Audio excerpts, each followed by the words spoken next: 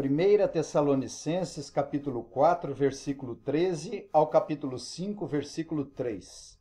Não queremos, porém, irmãos, que sejais ignorantes com respeito aos que dormem, para não vos entristecerdes como os demais que não têm esperança. Pois se cremos que Jesus morreu e ressuscitou, assim também Deus, mediante Jesus, trará em sua companhia os que dormem.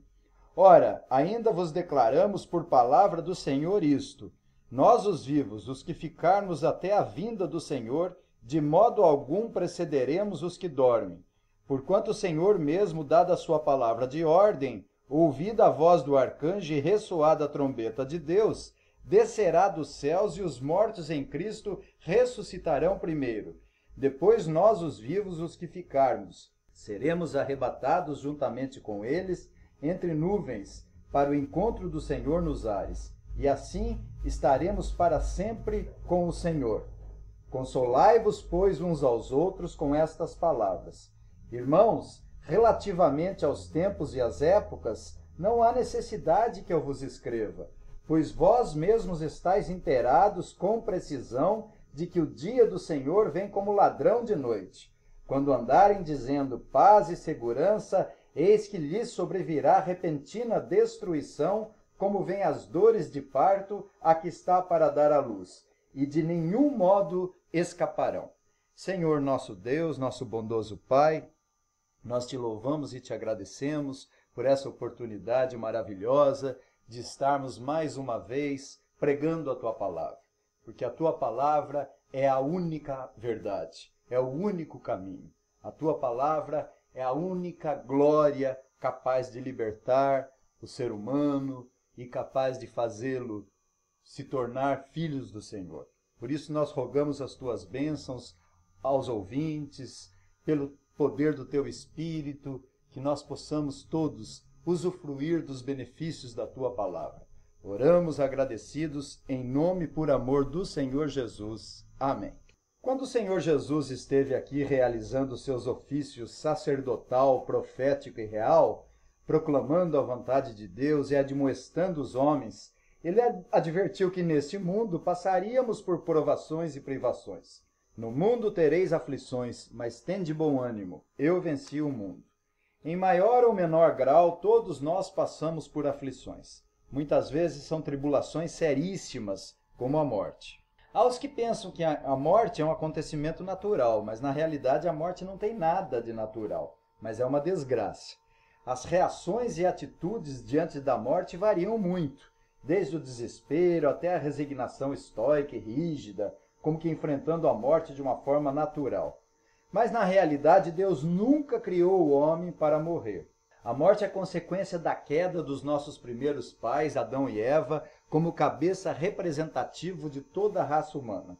O salário do pecado é a morte. Muitos buscam conforto em palavras bondosas, mas nem sempre reais e verdadeiras. Outros tentam fugir das aflições e tribulações com álcool e drogas. O crente tem um conforto superior, enraizado na palavra de Deus, especialmente quando olhamos para o futuro, na consumação das nossas expectativas e esperança, quando haveremos de morar nos novos céus e nova terra, pela graça e misericórdia de Deus, em Cristo Jesus. Portanto, o conforto do crente é escatológico, isto é, na certeza do cumprimento das promessas futuras de Deus.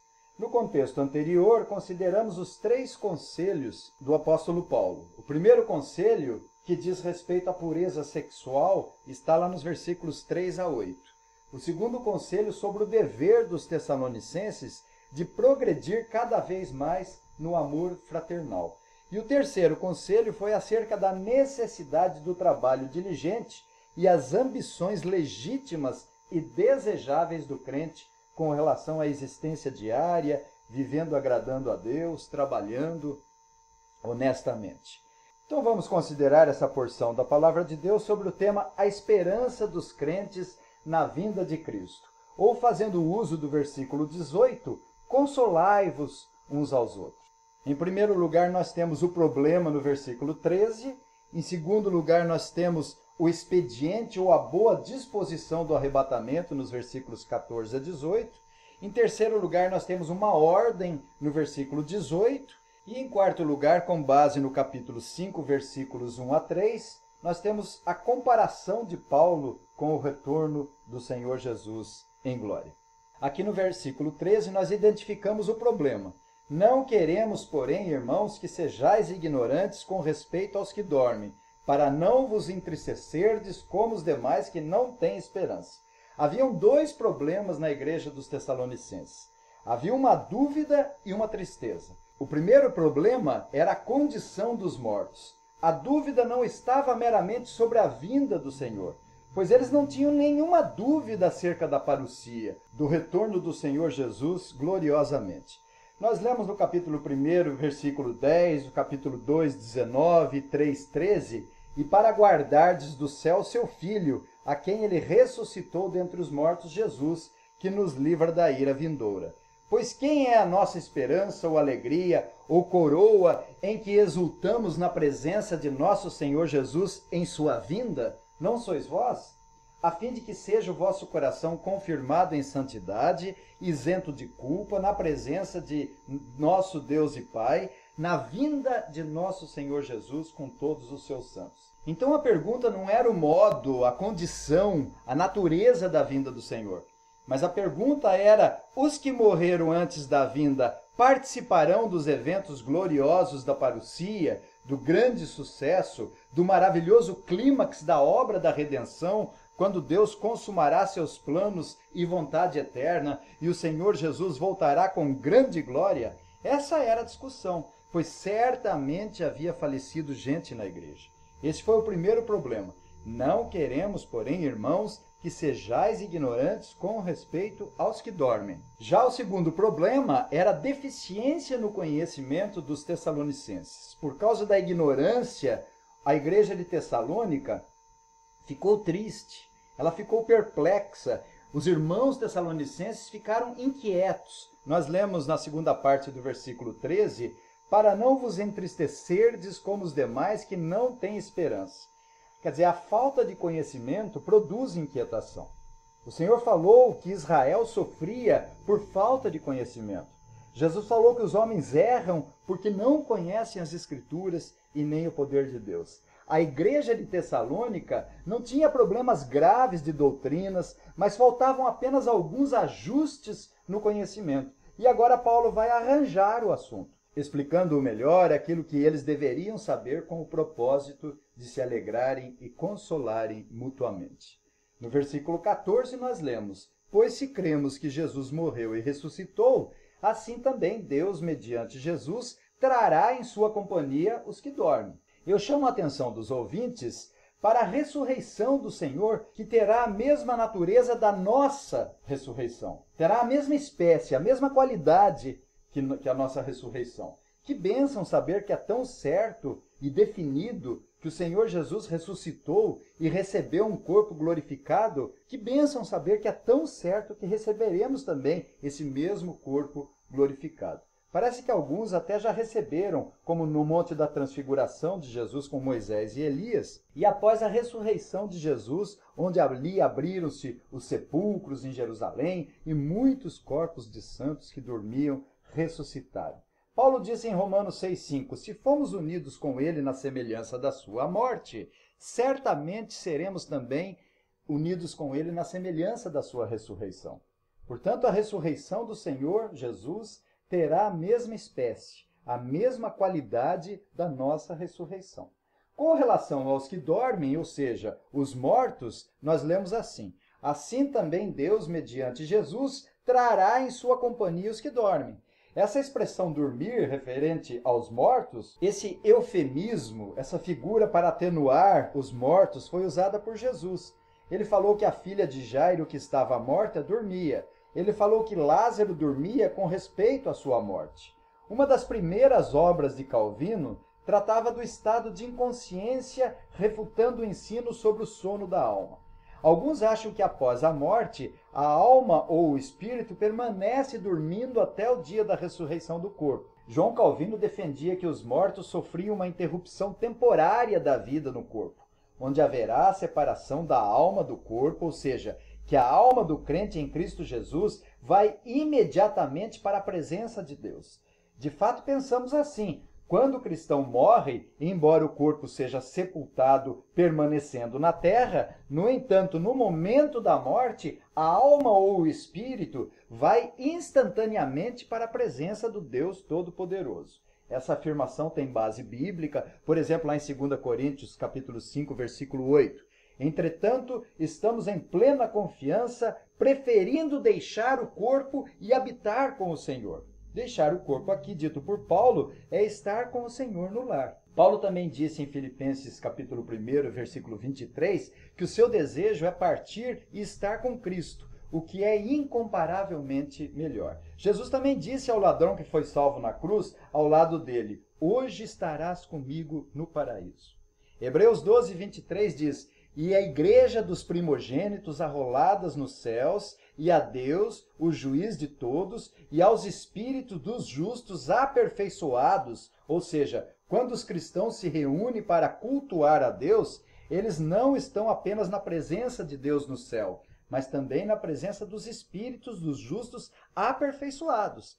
Portanto, quando morremos, Deus não vai deixar os nossos corpos sem vida na terra para sempre, pois quando Cristo voltar, a nossa alma, o nosso espírito, será reunido ao nosso corpo glorificado, que será levantado dentre os mortos, e viveremos eternamente com Cristo pelos séculos dos séculos. Pois se cremos que Jesus morreu e ressuscitou, assim também Deus, mediante Jesus, trará em sua companhia os que dormem. Aqui nos versículos 15 a 17, nós temos o programa do Senhor e a sua boa disposição do arrebatamento. Nós lemos: ora, ainda vos declaramos por palavra do Senhor, isso nós os vivos, os que ficarmos até a vinda do Senhor. De modo algum precederemos os que dormem, porquanto o Senhor mesmo, dada a sua palavra de ordem, ouvindo a voz do arcanjo e ressoada a trombeta de Deus, descerá dos céus, e os mortos em Cristo ressuscitarão primeiro. Depois nós, os vivos, os que ficarmos, seremos arrebatados juntamente com eles entre nuvens, para o encontro do Senhor nos ares, e assim estaremos para sempre com o Senhor. Seria como se Paulo desse o remédio para a dor dos tessalonicenses, que perderam seus mortos e, por causa da deficiência do conhecimento, sofriam ainda mais com essa situação. É uma passagem mais resumida e mais completa acerca do arrebatamento. Eu lembro os ouvintes que existem outros eventos que não estão contidos aqui, como os abalos cósmicos, o abrir e fechar de olhos, mas aqui é uma organização. No versículo 15, ora, ainda vos declaramos por palavra do Senhor, porque o Senhor já havia dito acerca do assunto.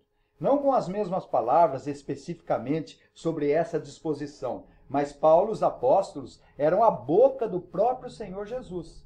Então o Senhor, de alguma forma ou de outra, revelou ao apóstolo Paulo. Gálatas capítulo 1, versículos 11 e 12 diz: faço-vos, porém, saber, irmãos, que o evangelho por mim anunciado não é segundo o homem, porque eu não recebi nem o aprendi de homem algum, mas mediante revelação de Jesus Cristo. Mateus 24, de 29 a 31, Jesus disse certa vez aos apóstolos: logo em seguida a tribulação daqueles dias, o sol escurecerá, a lua não dará sua claridade, as estrelas cairão do firmamento e os poderes do céu serão abalados. Então aparecerá no céu o sinal do Filho do Homem. Todos os povos da terra se lamentarão e verão o Filho do Homem vindo sobre as nuvens do céu com poder e muita glória. E ele enviará os seus anjos com grande clangor de trombeta, os quais reunirão os seus escolhidos dos quatro ventos, de uma a outra extremidade dos céus, e temos aqui então a autoridade do crente em esperar a vinda de Cristo. Que maravilha! Paulo apresenta aqui uma exposição sumária, um programa da esperança do crente na vinda de Cristo. Os que ficarmos até a vinda do Senhor, de modo algum precederemos os que dormem, e os mortos em Cristo ressuscitarão primeiro. Depois nós, os vivos, os que ficarmos, seremos arrebatados juntamente com ele entre nuvens para o encontro do Senhor nos ares, e assim estaremos para sempre com o Senhor. Alguns descrentes que não creem na suficiência e inerrância das Escrituras e que não acham que elas são perfeitas, completas e acabadas, dizem que Paulo errou ao afirmar: nós, os vivos, os que ficarmos, seremos arrebatados juntamente com eles entre nuvens para o encontro do Senhor nos ares. Mas Paulo aqui se coloca no grupo dos vivos. Nós, os que ficarmos. Então aqui Paulo se coloca no grupo dos vivos. Em 1 Coríntios, capítulo 6, versículo 4, ele já se coloca no grupo dos mortos. É-nos dito lá que Deus ressuscitou o Senhor e também nos ressuscitará a nós pelo seu poder. Paulo aqui pensa após a sua morte, de onde advirá a sua ressurreição. O certo é que não haverá nenhuma vantagem entre os vivos e os mortos. Ambos serão arrebatados com a mesma natureza da ressurreição de Jesus. Podemos resumir o programa escatológico em 4 partes. Primeiro, a parousia, o retorno do Senhor Jesus com grande glória. O segundo, a ressurreição dos mortos, onde haverá o espetáculo glorioso da ressurreição dos mortos. Assim como Deus disse na criação: haja isso, haja aquilo, haja firmamento, haja luz. Assim como ele disse a Lázaro: Lázaro, sai para fora. Assim, instantaneamente, haverá a ressurreição dos mortos. Depois, em terceiro lugar desse programa, haverá o arrebatamento dos vivos e mortos, cuja ação será súbita, irresistível, imprevisível, inesperada e sobrenatural. E em quarto lugar, haverá o encontro com o Senhor nos ares, e assim estaremos para sempre com o Senhor. Este será o clímax, o ápice, o ponto culminante desse glorioso acontecimento.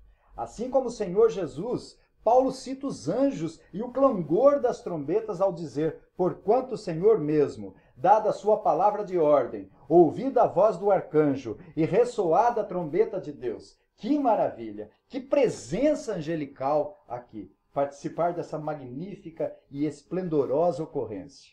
O clangor das trombetas diz respeito a um som alto e estridente mesmo, uma coisa pública, audível por todos. Alguns comentaristas acreditam que esse anjo seja Miguel, o arcanjo que a Bíblia cita como um dos primeiros príncipes. Será um grande e singular evento com grandes convulsões cósmicas. No versículo 18, nós temos a aplicação adequada do crente.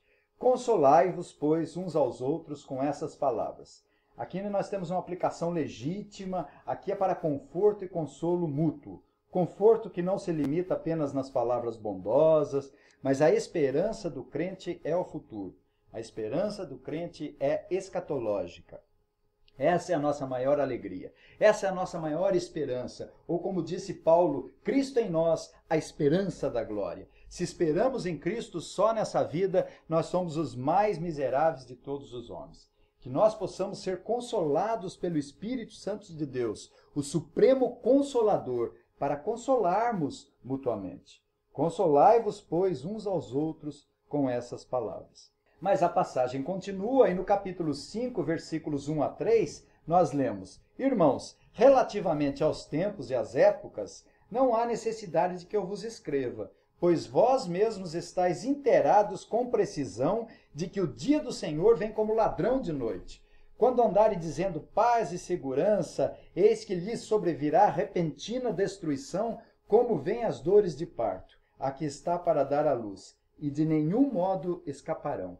Paulo afirma que já havia informado os tessalonicenses acerca dos tempos e épocas. Certamente eles sabiam o que nem o próprio Senhor Jesus sabia, a ocasião em que o Senhor viria. É difícil nós compreendermos a natureza da pessoa do Senhor Jesus. Ele é perfeitamente Deus, ele é perfeitamente homem. Como homem, ele não sabia quando ele viria. Como Deus, claro que ele sabia. Mas Paulo se utiliza de duas figuras, da vítima de um ladrão e uma mulher que está para dar à luz. E ambas figuras não sabem quando isso ocorre. Pelo menos no parto normal. A mulher sabe mais ou menos a época, e foi exatamente isso que o Senhor Jesus contou aos discípulos no sermão escatológico de Mateus. 1 Pedro capítulo 3, versículo 10, virá como ladrão o dia do Senhor, no qual os céus passarão com estrondo, e os elementos se desfarão abrasados, todas as coisas serão desfeitas. Esse glorioso evento, para uns, será motivo de consolo, conforto e encorajamento com grande esperança. mas para outros será como uma vítima de um ladrão, ou como uma mulher que está prestes a dar à luz, cheia de dores. Será um evento aberto, público, visível. Jesus diz que todos os povos se lamentarão e verão o Filho do Homem. Será um acontecimento bem audível, com grande clangor da trombeta de Deus. Também haverá uma ocorrência majestosa com a presença do Senhor Jesus, com poder e muita glória. Na primeira vinda, muitos não o reconheceram, mas na segunda vinda, todo olho o verá. Todos verão o nosso amado Redentor. Que bênção estarmos com Ele por toda a eternidade. A coisa que mais os crentes devem almejar é a vinda do Senhor Jesus. Portanto, quando Paulo se utiliza dessa figura do ladrão e da mulher que por causa do pecado teve dores de parto, Paulo se refere a um duro juízo. Não vai ser fácil, assim como não é fácil ser roubado e não é fácil dar à luz. O profeta Sofonias, capítulo 1, versículo 15, diz: aquele dia é dia de indignação, dia de angústia, dia de alvoroço, desolação, escuridão, negrume, dia de nuvens e densas trevas, dia de trombeta, trarei angústia sobre os homens e eles andarão como cegos.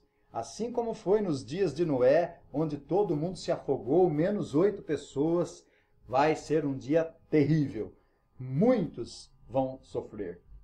Mas será um dia de vitória e livramento para os eleitos de Deus. Jesus disse que reunirá os seus escolhidos, onde finalmente os eleitos, os predestinados antes da fundação do mundo para a vida eterna, saborearão a sua eleição. Estaremos para sempre com o Senhor. Quando Paulo utiliza a palavra apanteses para o encontro do Senhor com o seu povo eleito, essa palavra era usual para as boas-vindas oficiais a um dignitário, uma pessoa importante recém-chegada. Essa palavra aparece, por exemplo, lá em Atos 28, 15, os irmãos ouvindo notícias nossas vieram ao nosso encontro, apantesis. Nosso encontro aqui, apantesis, é a mesma palavra que aparece no nosso texto. Até a praça de Ápio e as 3 vendas. Quer dizer, os irmãos romanos não aguentaram esperar e 2 grupos avançaram para receber o apóstolo. Imagine só, andar até a praça de Ápio, 70 quilômetros de Roma, e outro grupo andou até as 3 vendas, a 55 quilômetros de Roma. Hoje é fácil, você vai de carro ou de ônibus, mas na época, e mesmo a cavalo, não foi fácil andar 140 quilômetros e outros 110 quilômetros ida e volta. Então, na época, quando os generais com seus exércitos e reis chegavam das batalhas vitoriosamente, eram recebidos e ovacionados pelos povos, como Paulo foi prestigiado e aclamado pelos romanos. Ele estava preso e foi prestigiado pela igreja. O mundo prendeu Paulo, mas a igreja o tratou como um general que nem parecia uma pessoa presa. Assim será no retorno do Senhor Jesus em glória. Não sabemos exatamente seus detalhes, mas haverá grande júbilo e exaltação dos eleitos de Deus. Que miserável crente você é se não estiver desejando esse grande e glorioso evento, a vinda do Senhor Jesus. Mas eu quero concluir chamando a atenção dos ouvintes para essa passagem. Não é para satisfazer a nossa curiosidade escatológica ou meramente para especularmos a vinda do Senhor Jesus. Não tem objetivo de investigação teológica ou acadêmica, mas essa passagem nos serve de consolo e conforto mútuo. Conforto que não se limita apenas às palavras benévolas e amigáveis, mas a esperança do crente é o futuro. Seremos, pela graça e misericórdia de Deus em Cristo Jesus, libertos da nossa natureza corrompida. Chegará o grande e glorioso dia em que haveremos de reinar com Ele pelos séculos dos séculos. A ardente expectativa da criação aguarda esse grande dia onde haverá a revelação dos filhos de Deus. Para os ímpios será como foi nos dias de Noé. Também será a vinda do Filho do Homem, onde os homens serão afogados na ruína, perdição e sofrimento por causa do fogo eterno do inferno. Aquele dia é dia de indignação, de angústia, de alvoroço e desolação. Dia de escuridade, negrume e densas trevas. Dia de trombeta e de rebate. E trarei angústia sobre os homens. É como se hoje você, que não é crente em Cristo Jesus, ouvisse essas palavras de alerta. Se arrependa e creia no Evangelho, porque o grande e glorioso dia virá como vem um ladrão. E eu termino com a causa do problema inicial da igreja de Tessalônica. A razão do problema foi a ignorância acerca dos que dormem. Quanto mais se conhece a Deus, menos se sofre. Podemos até sofrer fisicamente, mas espiritualmente, de coração, menos sofreremos até o retorno do Senhor, onde as nossas lágrimas serão enxugadas pelo próprio Deus. Portanto, cresçamos na graça e no conhecimento de nosso Senhor e Salvador Jesus Cristo. Mas aquela igreja, apesar de ignorante, amava e desejava a vinda de Cristo, e é isso que devemos desejar ardentemente, como o salmista suspirou. Como suspira a corça pelas correntes das águas, assim por ti, ó Deus, suspira minha alma. Que Deus nos dê a graça de sinceramente, honestamente, desejar de coração a parousia do Senhor Jesus. Porquanto o Senhor mesmo, dada a sua palavra de ordem, ouvindo a voz do arcanjo e ressoada a trombeta de Deus, descerá dos céus e os mortos em Cristo ressuscitarão primeiro. Depois nós, os vivos, os que ficarmos, seremos arrebatados juntamente com eles, entre nuvens, para o encontro do Senhor nos ares. E assim estaremos para sempre com o Senhor. Consolai-vos, pois, uns aos outros com essas palavras. Que o Senhor nos abençoe. Amém.